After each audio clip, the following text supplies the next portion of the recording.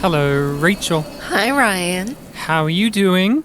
I'm a little sleepy today, to be honest. It's getting towards the end of the year. I'm pretty done with school. The kids are done with school. You're a teacher. You're teaching them the ways of the sisterhood. You're making them truth sayers. No. You're making them detect what lies are. No. Do you have students with such tragic but hilarious backstories as Sister Jen? I do have a number of students with tragic backstories, And but hilariously tragic. None quite as extreme. Like none of my current students in the past. You actually taught Sister Jen. That was a weird weird thing about Rachel's backstory. Well, you're sleepy. Don't worry. It's time to wake up because the worms, they're wriggling about all over the place. They're coming for you. Oh, Rachel, nothing will wake you up more than an adaptation of a Brian Herbert novel. Oh, boy, let me tell you. Everyone's so thrilled to bits that there is some more Dune to be talking about.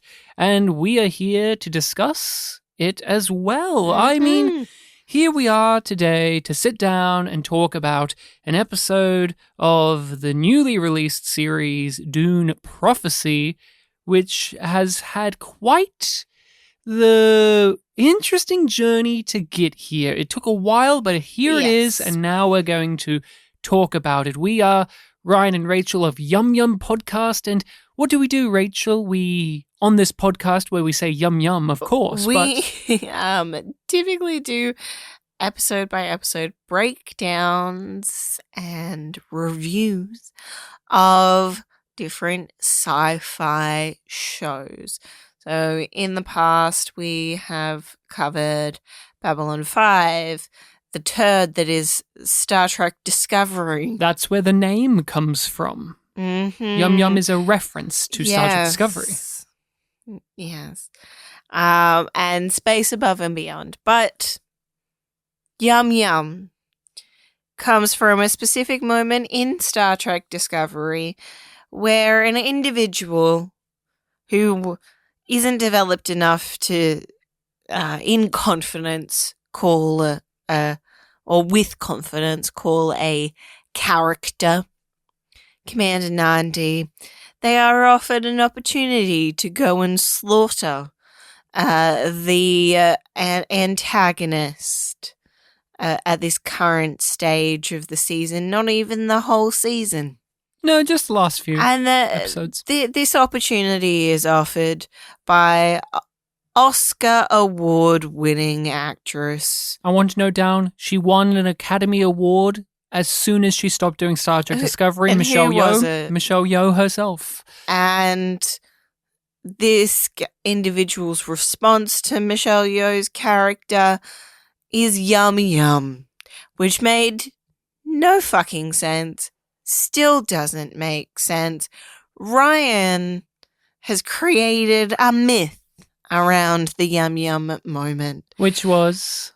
And we've spent years explaining this, of saying that she sexily licked her lips and flicked her hair back. And it is true that she did that. And if you say otherwise, then maybe you aren't a believer.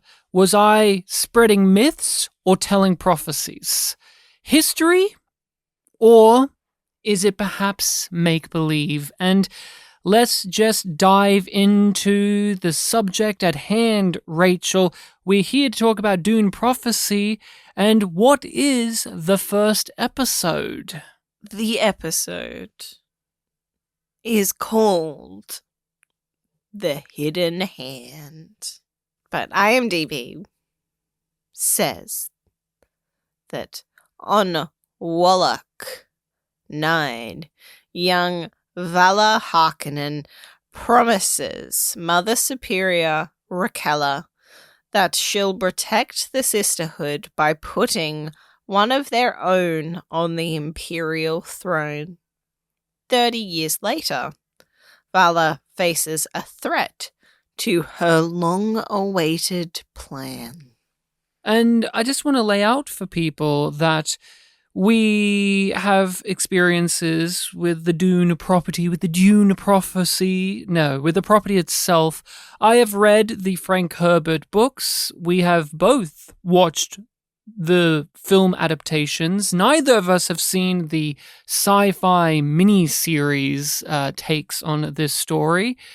So that's where we're coming at it from. I have some background when it comes to the source material. I'm aware of Brian Herbert. I have never actually sat down and read any of his stuff because he has quite an infamous reputation, to say the least. I saw many negative things said about this series before it came out because it is linked to a Brian Herbert novel, The Sisterhood of Dune, which, again, I don't know if that's a good book or not, but people have a lot of feelings about Brian and his work and his reputation and the legacy that he is maybe ruining for his father. I don't know. What I do know is I wanted to watch this show because it's a part of a story I like. I like the overall Dune story. I like the universe. I like the themes and messages, but there's messiness here. The production of this show has been messy, and I wanted to see if it would sink or float because there's been so many changes.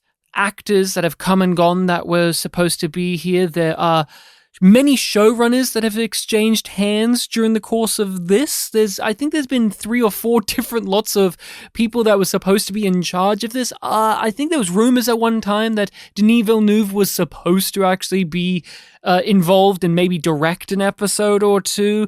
There's this demand that, oh no, you have to do a Brian Herbert novel if you're going to have to be able to do Frank's. Like, this is one of a convenience, like, oh, if you want to do this, you have to do this. It's an exchange. It's very transactional.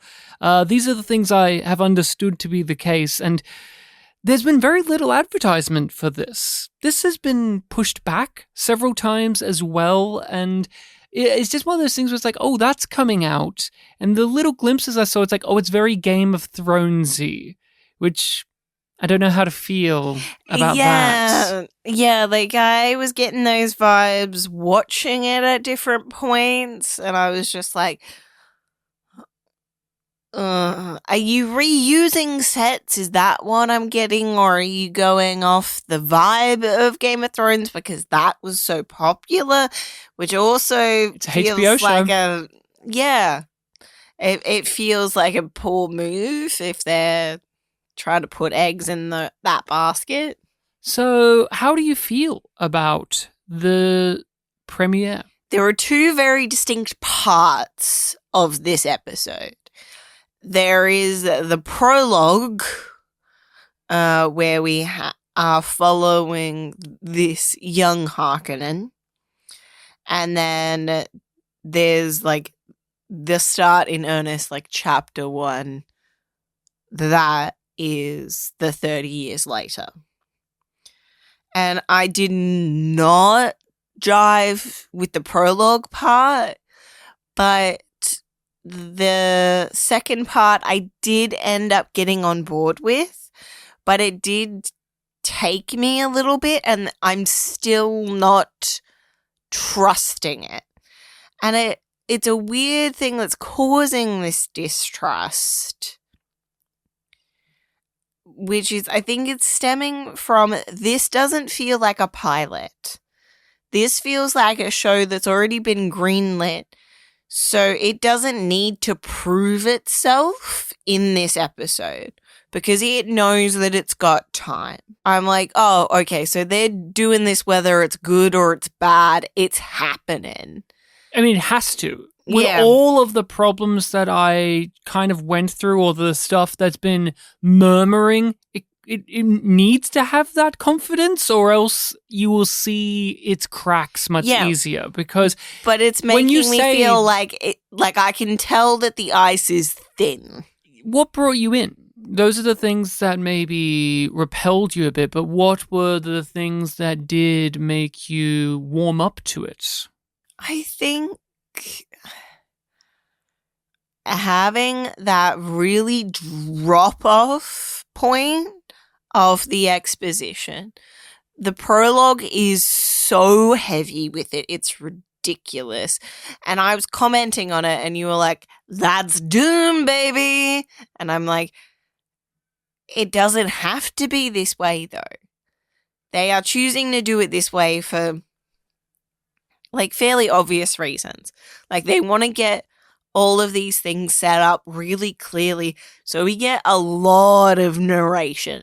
All they needed was for the older version of the character who is narrating, this is her looking back on where she's been, they needed just to have her head floating in the screen, looking directly at the camera, talking to you. And then when you think she's done, she fades away. And then she fades back in because she forgot to tell you some more information. I would love a reference to David. I was thinking of David Lynch's in all seriousness, I was thinking about David Lynch's Dune for the first, 40 minutes of this hour-plus episode, because although it has this incredible production design, these interesting actors giving very specific types of performances, it's hard to really connect with it because everyone is speaking in pure exposition or pure hammering you over the head with themes and messaging, similar to how David Lynch's version did it as well, where I have some affinity towards a David Lynch film. It's very messy. It's all over the place. But as I said, there's stuff that I admire about it, like the production design, the direction, the acting, or the choice of actors that they have in there, these eccentric characters. Like, there's choices made in the David Lynch one, and there's choices made in this premiere episode, but it's kind of hard to fully appreciate them because the writing is so stressed about you being able to follow what they're giving you, but in so doing, you are overwhelmed with information. What made me warm to it was characters. Specifically, once we got to the Imperium, there were people there that I could understand and relate to more, and there were performances there that I found to be much more jovial, lively, welcoming. Because the Sisterhood themselves, they're a bunch of weird, freaky, eugenicist nutjobs, and it's hard to really warm up to them. It's hard to want to be with them because they are inherently very villainous and very much... Look, I'll say it, the Bene Gesserit are one of the greatest factions and one of the most interesting in this entire world, but they aren't ones that are inherently sympathetic or ones that work as you great don't identify with them. No, they're interesting. You're not meant to. They're an interesting study, like what the premise of them is about and what it is saying about society and history and the world and the future. But I much more warmed up to this episode when we got to get into the palace intrigue and got to have these characters with a lot of history that's through the performance rather than through dialogue. You've just floored our audience by admitting that you like the space politics. What can I say? I like the sci-fi opera in a sci-fi opera. What can I say? It's a shock. It's a surprise. It's a real dumbfounding thing to be told. But we're talking about the handling of exposition and the world building. This is very much what they front load everything with. And there's particularly strange beats of it. The thinking machines are brought up. And if you are not aware of any of that stuff, if you are someone who's only ever watched the movies, like me, you have no fucking clue what that stuff really means, because in none of the films do they really get into it. It's just like a subtle background thing. Oh, this is weirdly Terminator-y. And I hate that as someone who's read the Frank Herbert books. I really fucking hate that, but that's just me. You mentioned it. They front load us with voiceover. And it's easy to say that we didn't like it, but what do you get from it? I guess it was interesting to get a insight into the origin of the rift between the Harkonnens and the Atreides. This is the point, and this is the reason that those two houses don't get along. And sort of this backstory of, like, the Harkonnens being the underdogs. Misunderstood. Yes. Because, history is written by the victors. And the Atreides were the victors in this case, basically. So that stuck, but I don't know if that's going to be relevant at all. Because she basically strips the Harkonnen side of herself away to legitimize herself because it is a rock around her neck. Yeah.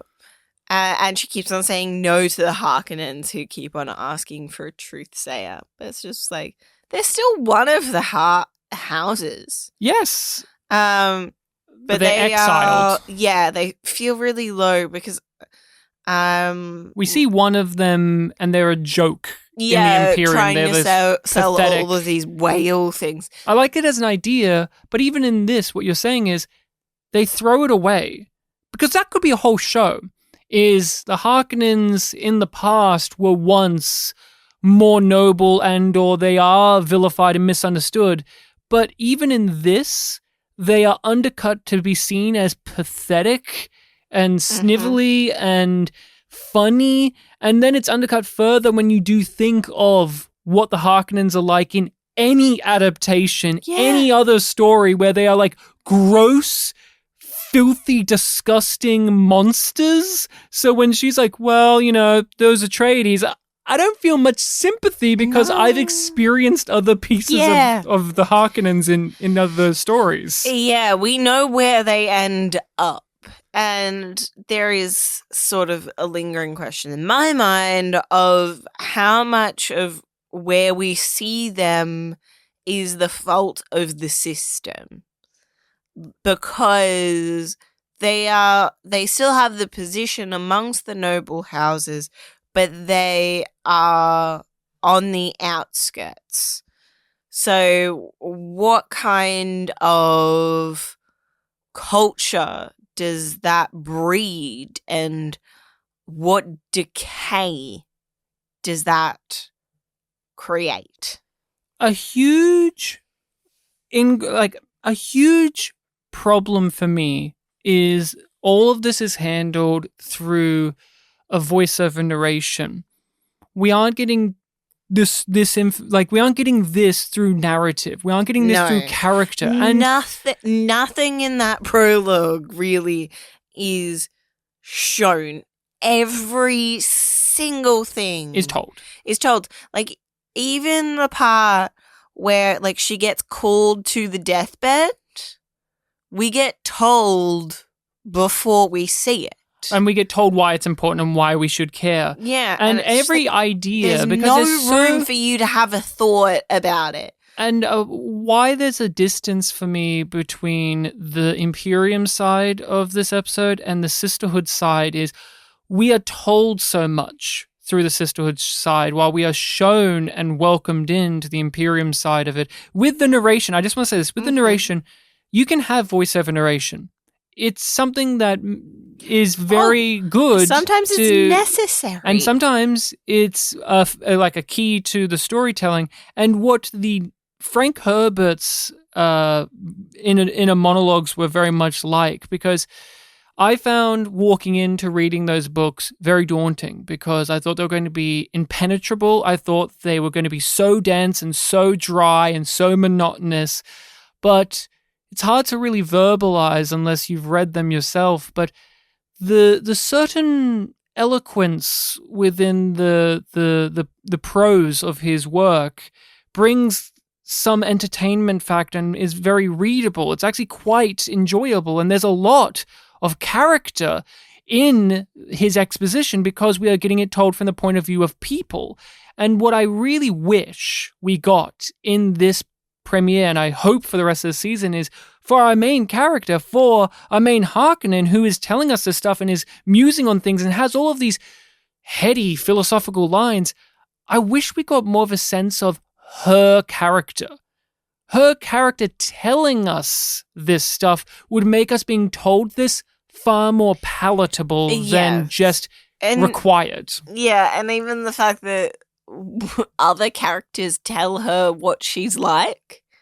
One of the things about the Dune prophecy is it used to be called Dune Sisterhood, and then they made the title change. I don't know why, but it is a part of the conversation of the episode, which is prophecy or history, the working of the narrative itself, and systems and the individuals within those systems and how they propel the mythology of things around them. Is it prophecy? Is it history? And that's a major, major part of this entire story, from the books to the films to all of that, of the manipulation of the truth, the forcing of religiosity, and so on and so on and so on. And this episode really goes through that a bunch, and I just wanted to sit and talk about that stuff. So how did you feel about that element of the episode? Because it is something that she keeps making an argument for, like, oh, it's, if we make it happen, then it is prophecy. Or is it just history that we are creating? I wasn't that interested in that question, because the sisterhood is being driven by somebody who is so clearly on this path of creating history, basically, through prophecy. So I wasn't interested in the question because there's no direct challenge to that point of view yet. We get the idea that there will be, particularly in the form of the guy that kills the kid. Oh, Desmond Hart. Yeah. And we know because all of these grand plans will create Paul Atreides. All of it will eventually lead. And they make that clear to us, the viewer, within this. Yeah, they contextualize it, like the timeline, with Paul. And we get future visions. And those are the things that are haunting. And she even gets told like when she gets appointed the job, that you will see the burning truth of this all. Like, you will see what this all means, and that what you're working towards may be in vain or not. And is it really prophecy if you are forcing it, if you are creating the narrative or not? Is it? If you have just a grand plan that will go for generations upon generations, and you have a whole network of people making sure it goes to that, is that prophecy, or is it just a scheme? And what is prophecy in the real world? Is there any such thing? Or is it just people trying to get to an end goal in mind? And that is very much chewed on in this episode, where we keep flicking back between all of these different players of the game and how they are trying to understand their positions in the world and their legacies and what came before them as well. So I liked how it was at least something that was recurring through the episode, but I didn't think it was the deepest thing, other than a lot of people looking stoically and saying it. There was plenty of that to be had. I guess also a question that I have for you is that, does the world of Dune feel like a world where true prophecy, in the sort of magical sense of that word, is possible? Rachel, welcome to Dune. That's one of the thrusting points, because there's people who have these magical abilities where they can see the future and they can manipulate people. Yeah, and like the truth-telling stuff. So it's like, is it that far? Like, you can make somebody do something with just your voice, right? Yeah.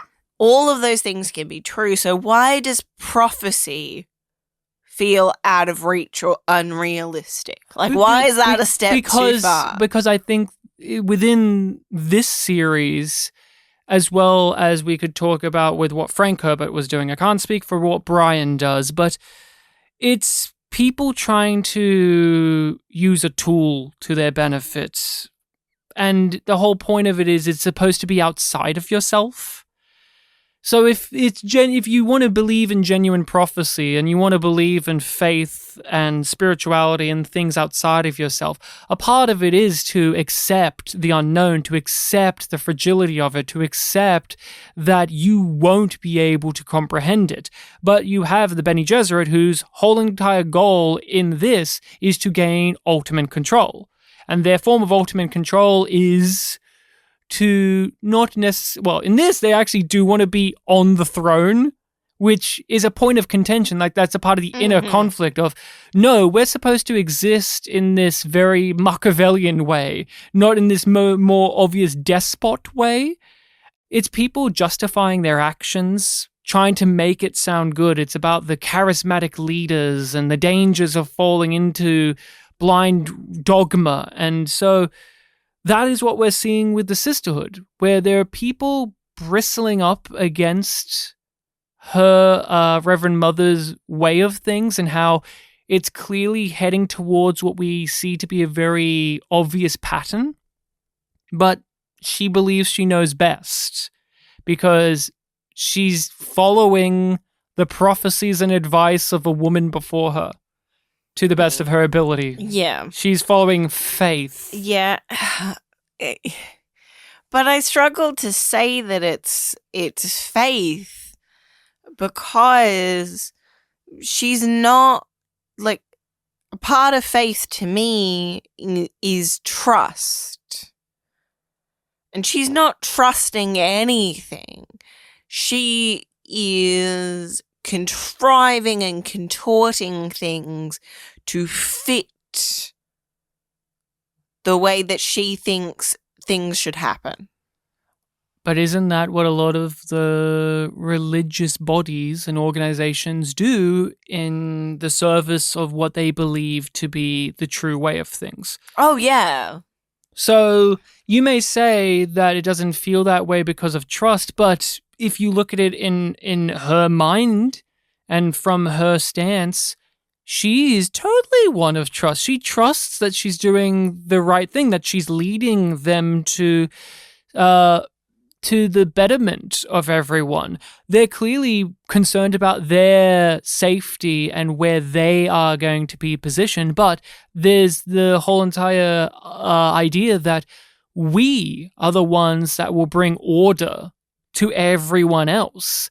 There's the bittersweet irony of that won't work out in the way she's wanting because we know the eventual outcome of the world itself, which is there will be a powerful figure that is spawned from their meddling that will bring about massive destruction to the human race and to the stability of everything that's been built here. Yeah, because it does feel like the show in this episode alone does a good job at selling you on how unstable the world is.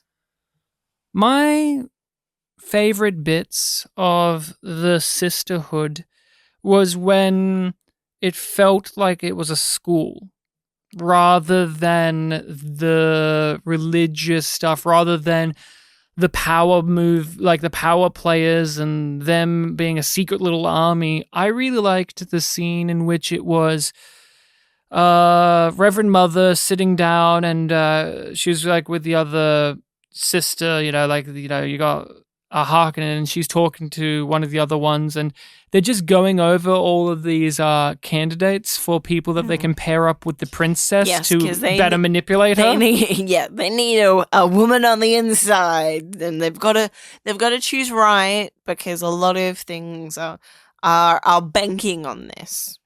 Yeah, and, a Mother Superior and Reverend Mothers and Sisters and all of that, they all serve their roles. And what I liked about that scene was it was utilizing the grand sci-fi spectacle and strangeness of our situation and grounding it in something that's very relatable, which is that moment was a quiet scene of them doing administration. It felt, and I even leaned over to you and said, this is like you and your teachers in the staff room talking about the kids that you have to mark. But obviously it's brought to this horrifying extent where these are women talking about like eugenic stuff and manipulation and tactics. A bunch of those conversations are happening all over Victoria at the moment, in particular, like as well, maybe other states, but like in Victoria, a lot of schools are transitioning to the 2025 classes. So it's like prime time for those conversations. And it's the friendliness and the very casual, offhanded way that they're discussing this stuff. It felt like they were in this office just chatting over this stuff, and I found that to be a very connective scene to the sisterhood of like, okay, now they're grounding it in stuff that even I can understand, not just on a purely like philosophical level, but just on a real world level. So what do you want to talk about with the sisterhood themselves? Because they're at the center of this all. They are. And it's weird that we don't get a lot of information about how the training itself works and the system and the hierarchy within it. We know that like Mother Superior is at the top. Superior, it makes sense, right? Like it's an automatic understanding. But the process of the training that they've gone through, I'm fuzzy on. Because there's a point near the end of the episode where they're like, oh, the princess comes in and gets to straight away be an acolyte. And I'm like, sure. What do you start as? What do you start as? How much training has she missed? What do you have to do to be able to even be accepted? Because it seems I don't get why that's unfair. And it's like, well, that's really important to those characters, and I would like to understand that. But I did really like the line that follows that up of like, she's a princess, she's never known fair. And it's like, that rings true in general, but really true in this world. Like with a lot of cults and a lot of sinister organizations, they prey upon the weak and manipulate them and indoctrinate them into their forces. Many of the acolytes and the sisters and even Mother Superior have these backgrounds that are very tragic or sad or low down or easy to make pliable for their means. But then we have this princess. This is a woman who's been born into one of the highest positions possible and like one of the most powerful families. And it's a huge deal that the sisterhood is managing to snare her in to their organization, into their clutches. And I think that's very good because we get Sister Jen, is it? She's the one that gives like the very elaborate, gruesome backstory about how she was a child sex slave and then she murdered her slave master, and then she murdered and went back and murdered her parents who sold her into it, and then she like laughs and has a big old grin on her face about how they're all nervous about that and frightened of her now. It's like, come on, we're sisters. What's to worry about? It's like, oh, okay. You have people like her who have such extremes, or you have some of the others that they list off as like, well, they've been here since they've been a child, so they know no other way of life. So they're easy. They'll they'll do whatever we ask of them. And then there's the question of, can we rely on those people because they don't have the ability to push back? They're too much of a sheep to be able to rely on for such sensitive matters. Yeah, because they need somebody who is going to be able to get the princess into their confidence so that they then can manipulate this acolyte and the princess. And the conflicts within the sisterhood happen in the prologue, and they're happening again now, in which it's that, again, that the divide between where we have to take the Bene Gesserit, where we have to take this organization, where are we going to thrust ourselves into the spotlight of power and put our hands on the levers themselves, or are we going to be behind the scenes and tweaking things and pulling the strings rather than being puppets or puppet masters? Yes, and what are we going to do? And how long can you just stay back and wait and casually just mold stuff to your means? Little do they know. Well, I think they know pretty well, but yeah, they still don't know the full extent. Like, some of them are now getting visions of the dangers that lie ahead because of what they're doing. The questioning of, are we putting into motion the thing that we're trying to go against? Yes. And Valia is refusing that at the start of this episode. But by the end, she's seeing something different. The possible consequences of these actions. And it's interesting that multiple people within the world are getting, like, the imperial side of things. They're getting the sense that this isn't right. Something about this feels wrong. And I think a part of that is that the Bene Gesserit is pushing hard for this marriage. Harder than maybe they would usually do when it comes to stuff like this, because they really are playing the long game, but they need to lock in this marriage for the sake of, like, 10,000 years of the future. So they are being much more overt with using their influence, even though they're still not being like, hey, you need to do this because there's our plans. Yes, it's and still tugging at things, but it's just like the balance of things is so precarious. There's still like chaotic things that are outside of the realm of their knowledge and or their abilities, because when we get to the Imperium, we see, although there are people like the Emperor himself that is very much under the spell and relies on them and believes in them and trusts them, he's so world-weary and broken and sad that it doesn't take much for anyone else to sway him another way, unless it's the people who have been the closest to him. Like, he's the classic case of he can't see the forest for the trees. His wife is telling him, like, this is what we need to do. Like, this is what's going on. Please listen to me.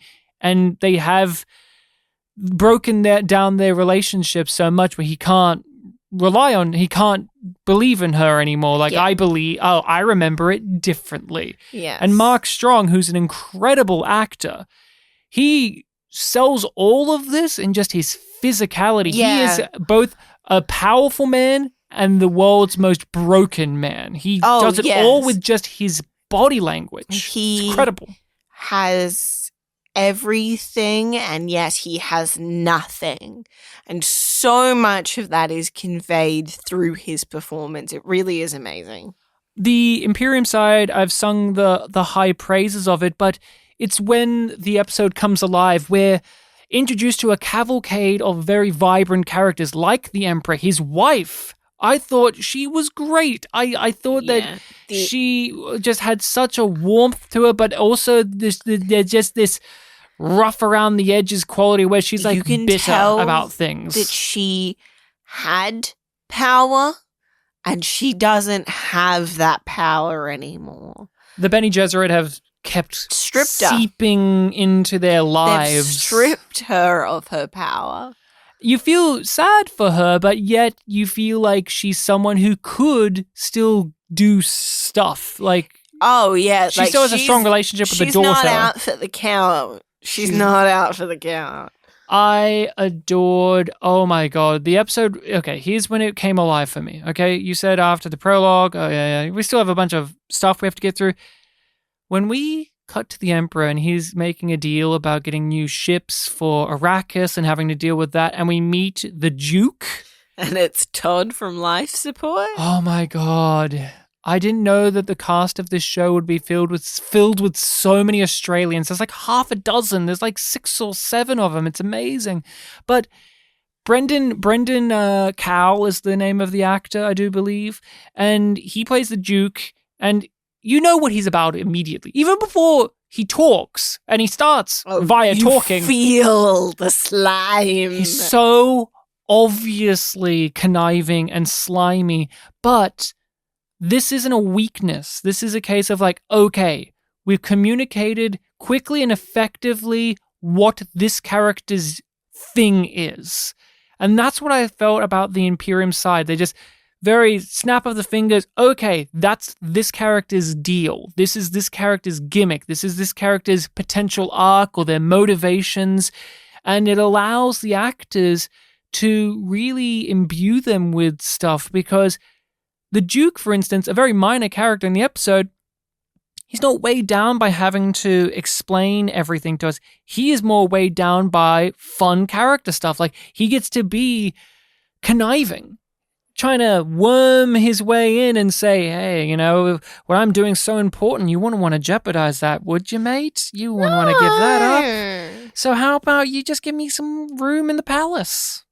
I mean, sure, you're giving up literally a physical part of your power to me, but it doesn't mean anything. It's small change. Small change. And when I discovered that it was the actor, Brendan Cowell, who I know and love for many Australian productions, but specifically the absolutely hysterical Australian comedy series from the early 2000s, Life Support, where he plays Todd the Toolman, I immediately was like, okay, I'm ready. I'm ready to watch this show, because if they can bring fucking Todd the Toolman into this, who knows what else they're going to do. And he was delightful. I found him very delightful. So what did you feel about the Imperium stuff? What about it worked or didn't? What did you garner and gain from it? I am interested to see how they weave all of these things together and how important each of them is going to be.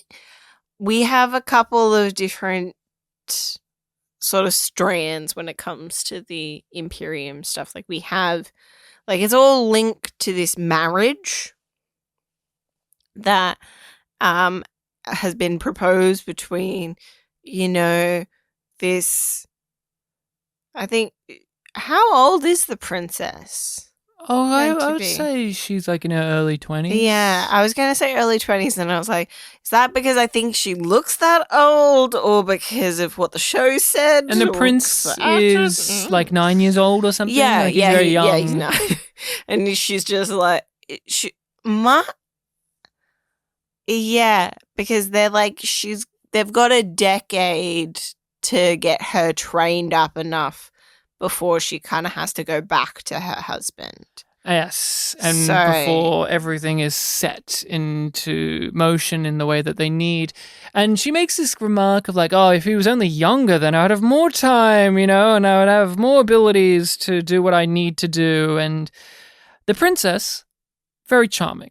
Like, the performer themselves, I thought they were very, like, you are glued to the screen when they're on. She's just very good. I've never seen this actress in anything before, but she just from the beginning, from the drop, I was like, oh man, I wish that this was the main character. Yeah. I want to follow her point of view of this same story. Oh, yeah. Because she's like the pawn that they're wanting to play with. And I wish we actually got to talk from her point of view. An awareness that people are using her. And that moment that she has with the Empress when, like, they're getting her dressed and putting on, like, the underclothes and then the sort of like the foundational corset thing. Stuff and the headdress. Yeah, and the veil. And the conversation that they have with each other that really solidifies what kind of power these women have from within the houses. Because we've gotten to understand what kind of power the sisterhood has. But now we're getting, okay, so they have a play. They're limited. You can think of them as being controlled by others and controlled by the men, but that is not the truth of this world. And if you are aware of, Lady Jessica from Dune itself, this princess could be a very similar case where we know from the beginning she's one of actual love. She'll perform the function, but she's willing to do those indiscretions for love because she's actually in love with the Atreides as well. And so she's going to do the whole Bene Gesserit training, and she's going to hang out and do the palace stuff, and she'll go through the motions of marrying the prince, but she has an infatuation for someone else. She has an actual love, and that brings about dangerous moves. Like, she has sex in this episode, and it is treated like, hey, here's a fun sex scene, but he is like, whoa, are you sure we should do this? And she's like, yeah, like, what are the consequences? And that's very much what you could say about, like, Lady Jessica later on in this universe, where she fell in love and it kind of fucked up their plans, and it didn't go, like, there's a very regimented order of how things need to work, but because of the yearnings that we have within ourselves, those plans can be very easily undone, and the things that we have to deal with afterwards. Like when she met up in the club and she was getting high and she had sex with that guy, like with the Atreides swordsmaster guy, I was like, oh no. This could spell some major trouble in the future, especially for the sisterhoods and their plans. There are consequences. And what I think is beautifully... Especially because, like, the wedding ceremony bit, where the Duke's just like, may his seed find purpose. So you're reminded of... That's what it's all about. It's all about the breeding. Yes, it's all about the breeding. And the Bene Gesserit is all about the breeding and all about the DNA all about aspect of that in particular. It's not just bloodlines, it's making people subservient to their needs and basically creating, yes, these bloodlines and these future generations of people that are very much under their control because of their abilities and because of their power and persuasion. And what I was going to say, it was beautifully communicated because of what she is like as a person that the performer brings up, but also the actions we see her take, because she's a very empathetic person. She tries to form a bond with the person with the kid she's getting married to, but also makes it firm for him to understand, like, she doesn't give a fuck about him. Like, as soon as he fucks up and has that little thinking machine toy, she puts him in his place and is like, I will fucking kill you myself. You mean so little to me. Oh, like, no, like, I will not, like, we can get along, but I'm not gonna risk anything for you. But it shows that she is what they are concerned about at the sisterhood, which is she's on the face value perfect for their needs. she can be the one that we can put in charge and she'll abide by us because on paper, she doesn't have that defiant personality. But then as they get to know her more and like as they start thinking maybe we should investigate more, we see that there is that independent streak within her. Like there is that thing where she'll play the princess, but then she'll go out to the club and get high and have sex, or she'll say, yeah, I'll marry this kid, but then if the kid steps out of line, she'll be like, I'll end you. I don't give a shit about you. Like, I'm doing this for the sake of it, but don't think that I'll play it out like how my mother did. Because that's the thing too, like the mother's giving the advice of like, no, eventually over time, you fall in love and it's all sweet. And she tries to do it that way. And then she quickly realizes, nah, this kid's a little shit. I don't give a crap about this little kid. By the way, I'm praising a lot of the casting. Can we just give a round of applause to whoever cast that kid, because he has the most punchable little face. I was like, this little wiener. Like they cast the most wiener looking kid you could imagine. But by the end of the episode, you feel bad for him. He is just a boy. He gets brutally, and I cheered because they never really show child murder in movies and shows, but they really lean in on showing you this kid burning. They do not shy away from that. And it makes it more powerful because typically you wouldn't show it, you would infer it, and you wouldn't stay on it as long as they do. But you're forced to stay there and watch this child suffer and watch somebody cause that suffering and watch that suffering. At least that's the way that I took it. Oh, yes, of course. And it's that thing about modern television. We bring up HBO, Game of Thrones stuff where what is the line of it being tasteful or it just being exploitative? We're seeing this gruesome child death because of what reasoning? And I think what you said is totally on the money there. And it just goes into that further thing of the Imperium and the Sisterhood. They want their conflicts to be as simple as on the surface, we all have our calm poker faces, but underneath, a very thin layer underneath, we all know we're trying to vie for power. That's what they want. Like, they want the best ideal version of their conflicts should be what the Duke and the Emperor is doing, where they're openly having a pissing contest, but neither of them can do anything about it because it's a game of social etiquette and manners. Like, the Emperor can't tell this guy to go fuck off because it's a relationship of convenience.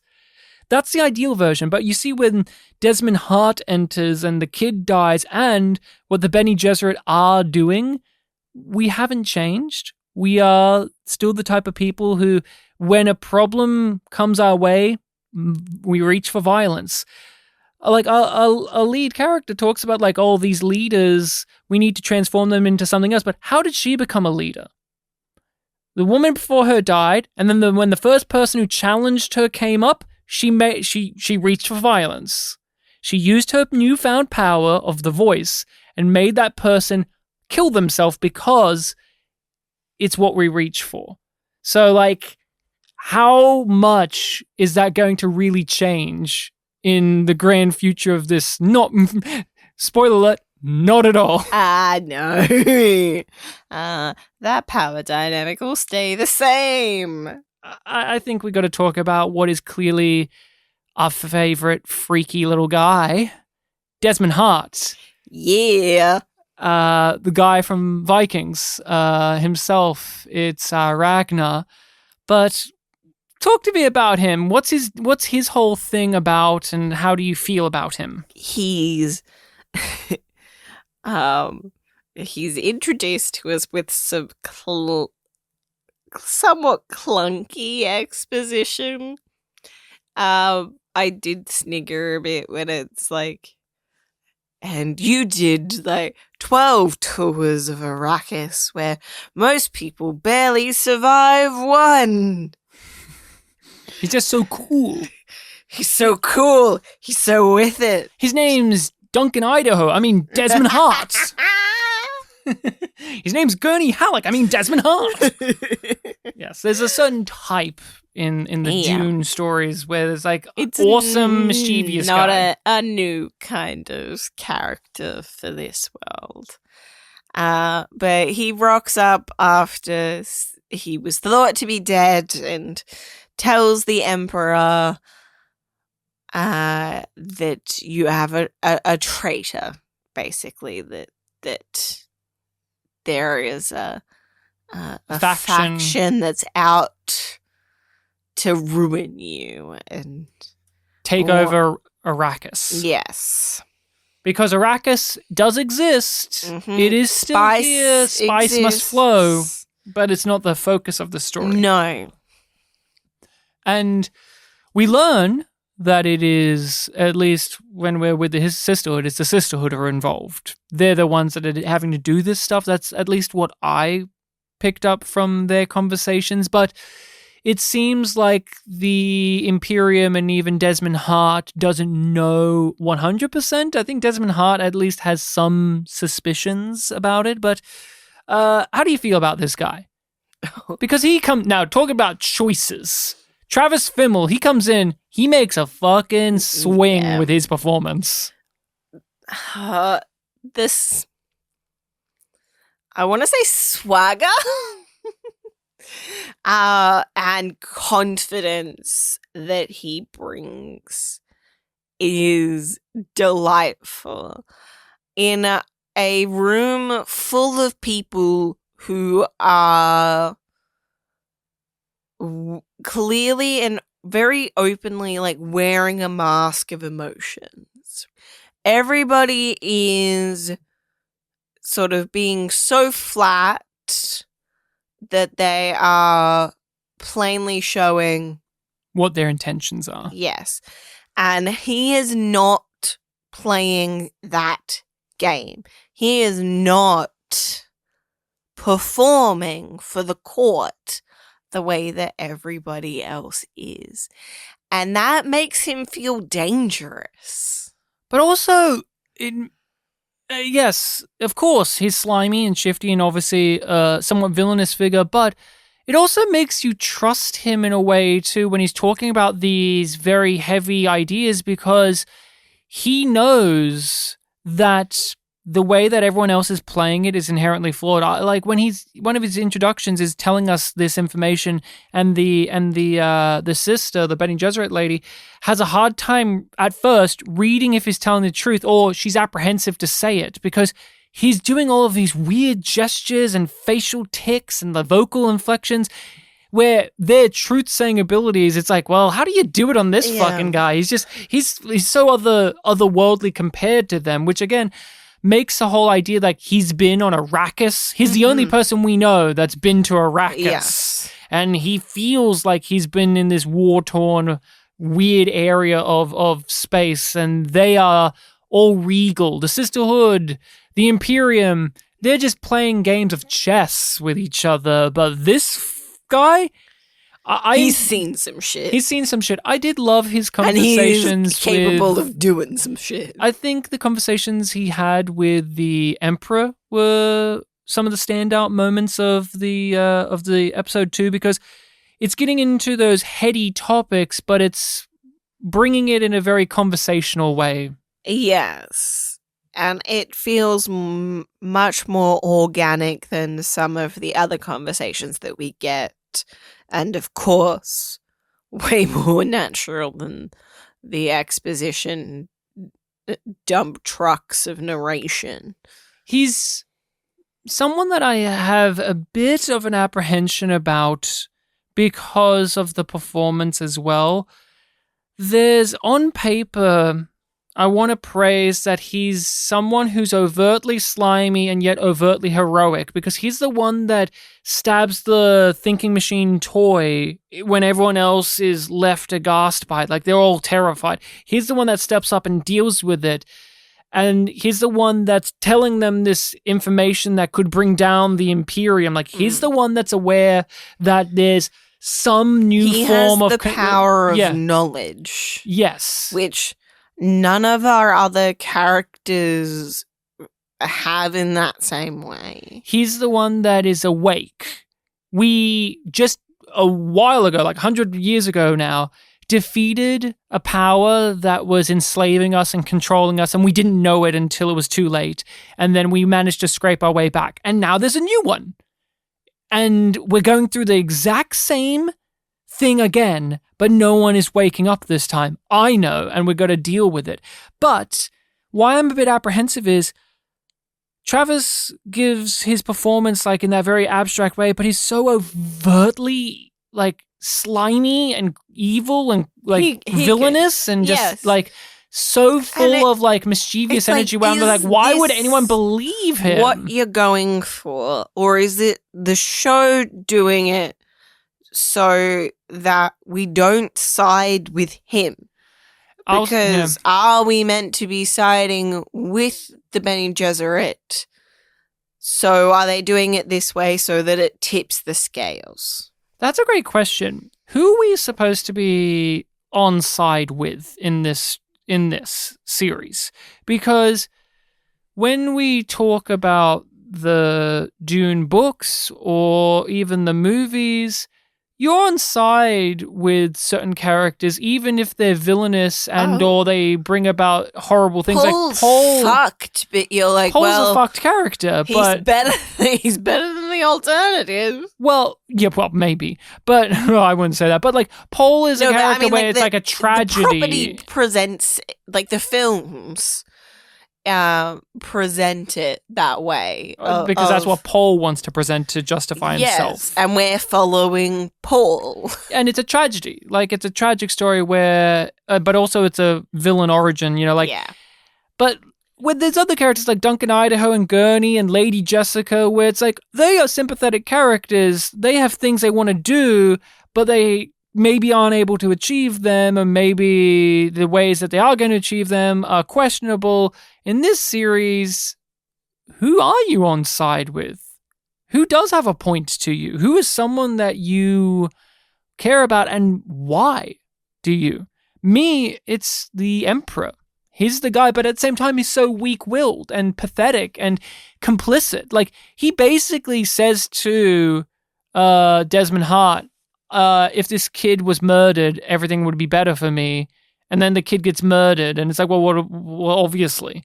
I said when that happened, like, I wouldn't have said that to this guy, because this guy's going to clearly go do that. But obviously, is the Emperor aware, or is he just that naive of a person? Yeah. I don't think so. I don't think he's that naive, but I don't know him well enough at this point. I'm just going off of just hopes and dreams of things. But anything else you want to say about the episode itself? Any of the players, any of the characters, scenes, moments? We didn't do a yum thing for this episode. I haven't thought of one yet. What would you say is our yum thing of this show? Like I've got it. Insane music choice. Because I'll say this, as much. I'm shocked. I'm just going to say this right now. When walking into this discussion, I wasn't too sure if we were going to have much to say, because I found it on the watch a very lackluster experience. I found it very plodding. I found it very lifeless.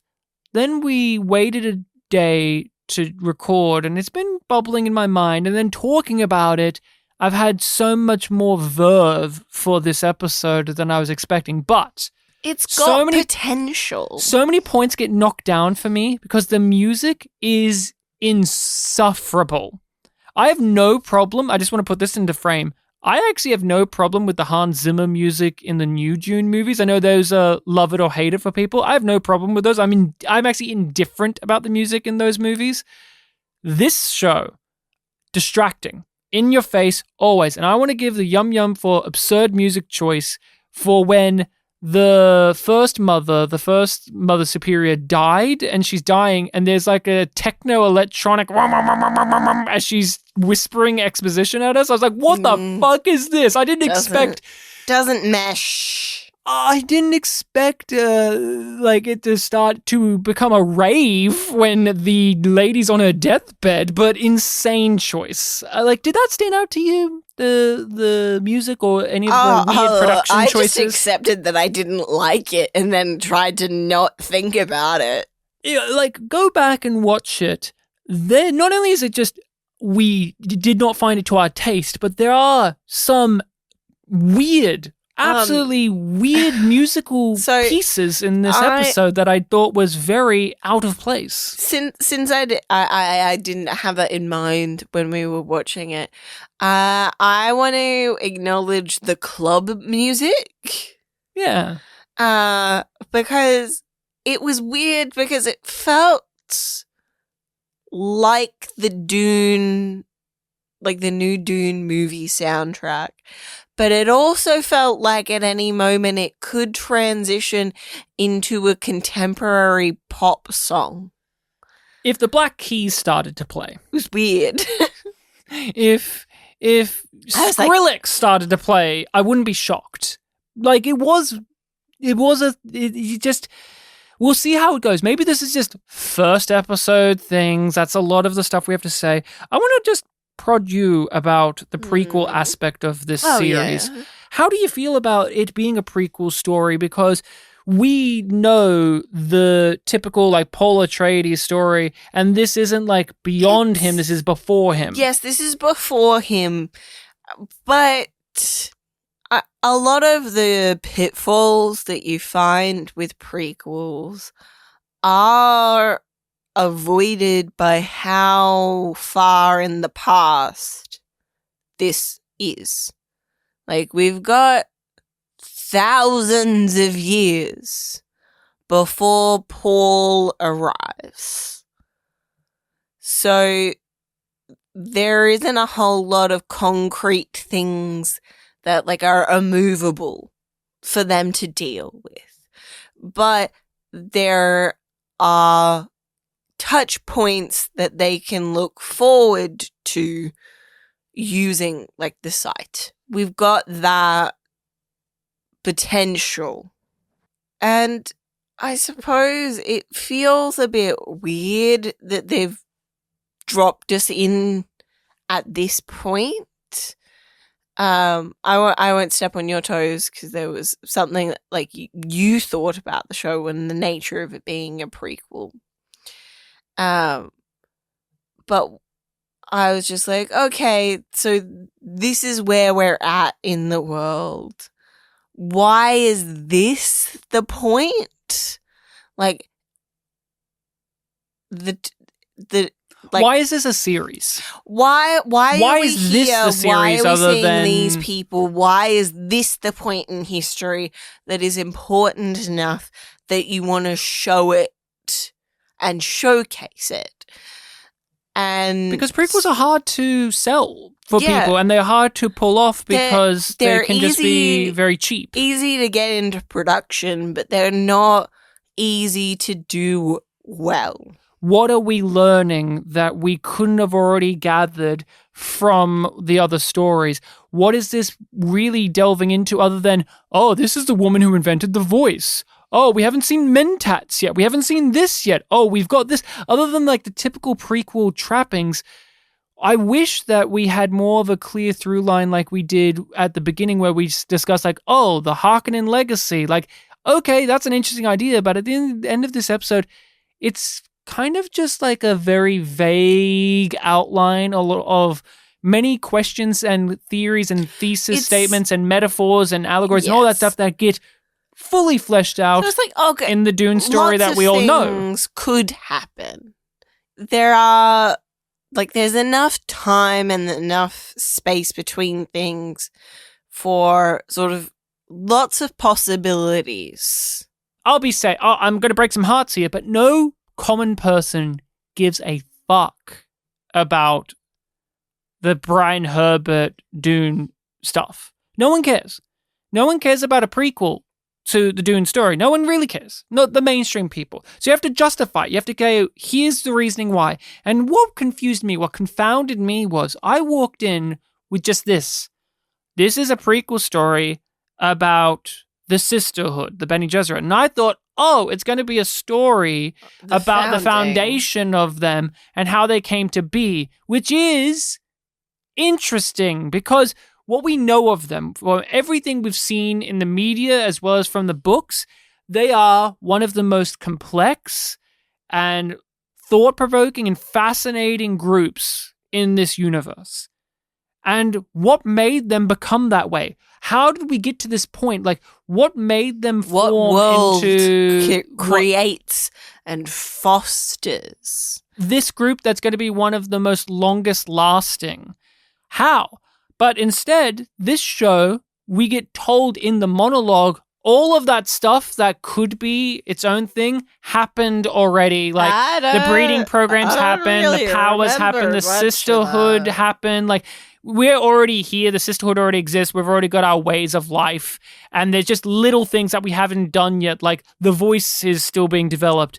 The weirding way has still yet to really come to pass. Like, okay, cool. But I was walking in thinking, oh, we're going to get the origins of this group where we see these bunch Maybe of women that's a part of rise why to they power. pivoted the title as well. Yeah, pivoted the title as well. Like, I know there's some, like, complaining in this part, but it is that thing, like, after this first episode, I'm still left wondering why this story. I'm going to give it on our rating system because if you've never listened to our podcast before, we have a very binary rating system of yum being bad and yum yum being good. I'm this close. I'm just so close to giving it a yum yum. But I'm giving it a yum for the most ludicrous reason, but it's a fair reason. When we get prequel things, you get that little call out, that little wink and nudge to something that we all know and love, and it can absolutely be a deal breaker for you. You know what I mean by that? Like, oh, now we know the origin of this thing, or oh, there's a play on this famous phrase, but it's not quite the phrase we know and love. And they do that. Okay? They do that here in this show with Desmond Hart, where he has this call to, like, the fear is the mind killer type line in this, where I rolled my eyes so hard and I wanted to die. I wanted just to leave the room because I said, no, you didn't need to have him say this line. He says, fear. What I learned from Arrakis is fear can be debilitating. Shut up. Shut up. You're very cute. Shut up. Leave fear as the mind killer as its own thing. Don't you do this little prequel winking, nodding, like, oh, here's a little, like, seed of that idea that we'll get later on that will be one of the mainstays of the entire thing of Dune. Shut up. That's a yum. My reason for giving it the rating that I do is a little bit more holistic of the episode. I also give it a yum. But I give it a yum because it didn't sell me on the show. It didn't give me a reason why this needs to exist or why am I here with these characters. It just felt like we got money. Here it is. And Game of Thrones was a popular thing on HBO. We have a property with Dune that we could replicate that type of drama with, and hopefully we can bring people in because of the recent success of the films as well. That's it. Like, how do you feel? We brought it up at the start, but how do you feel about that? It feels too much like a product. Even though, like, it itself isn't going all the way with that, it just has all of these markings that are like, yeah, this is a thing that is made for money. This is not art. This is not somebody's passion. Well, we went through several showrunners to get to that passion, if there was. Look, I did warm up to it once we started talking about it. Because it's not a bad episode of television. Far from it. There is a lot to appreciate, but I think it leaves it at that. It's just, I appreciate it more than I like it. Like, there's elements I appreciate more than I like it. To phrase it. So, What episode will we be talking about next time, Rachel? They have the names of some of these out and even some descriptions, but let's just hear the name of the next episode of Dune Prophecy. Next episode is Two Wolves. The Two Wolves. We had the Hidden Hand and the Two Wolves. What will be next? Who knows? We have no clue what's happening in the next episode. We're not going to read the description on there. We're just going to go off of the vibe of the thing. And I'm hoping we get more of the Duke. We clearly have to. They have to discover that the son has been brutally murdered, and there's going to be a lot of drama within the Imperial Palace about that stuff. I'm looking forward to that. I'm looking forward to the fallout of that. And Desmond Hart being a coy boy, being like, oh, geez, what could have happened here? I don't know. No, I just found him like this. Oh, he wouldn't even claim to have found. He walked off. He's not going to claim to find that kid. He's not going to muddy his hands that much, I don't think. But that is all. Thank you so much for listening. Rachel, a pleasure to be here today talking about Dune Prophecy with you. Has this got you interested in reading any of the Dune books? No. No? Not even the one this is based on? Nah, not really. Because you've never really read one, right? You read like the first chapter or two of Dune? Yeah. Yeah, and I enjoyed it, but it scares me. It can be quite intimidating. The length of them, but just the reputation of them, I feel, is very... You know what also might be intimidating? What? Our extensive back catalogue on Patreon that you can get access to.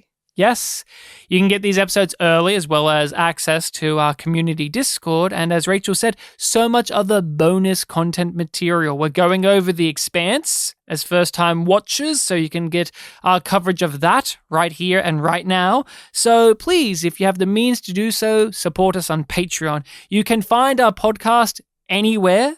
Look in the description of this episode. We're on all of the social medias as well as all of the podcast platforming sites. Search yumyumpod or yumyumpodcast and you'll find us. Or you can just follow those links that Ryan has included in the description for you. If you want to reach out, you can do so at those social medias or our email address, which is yumyumpod@gmail.com. Let us know your thoughts, questions, opinions, things to know about what we have discussed here today. I just want to say that we call this worm time because Dune is known for having worms. And there are multiple shots of worms. But they're fake. Well, one of them's real. Well, one of them's technically a real worm, like it's a hologram footage of a worm. The others are dream worms. Yes. And do you find that as cool? The dream worms? I want real ones. I want real worms here now. Yeah, I don't want fake worms. I want real 5-star reviews of this podcast. Oh, yes. And please put worms in there. Last thing to end on. Which design of the Dune worms do you prefer? Because there's these ones where they have like the big kind of round mouth with like the little teeth inside that like they look like a camera aperture. Or you have the ones with like the kind of like the 3-pronged lips. You know, the famous like two, these are the two big designs of the Dune worms. Which one do you like? I think I like the lips a little bit more.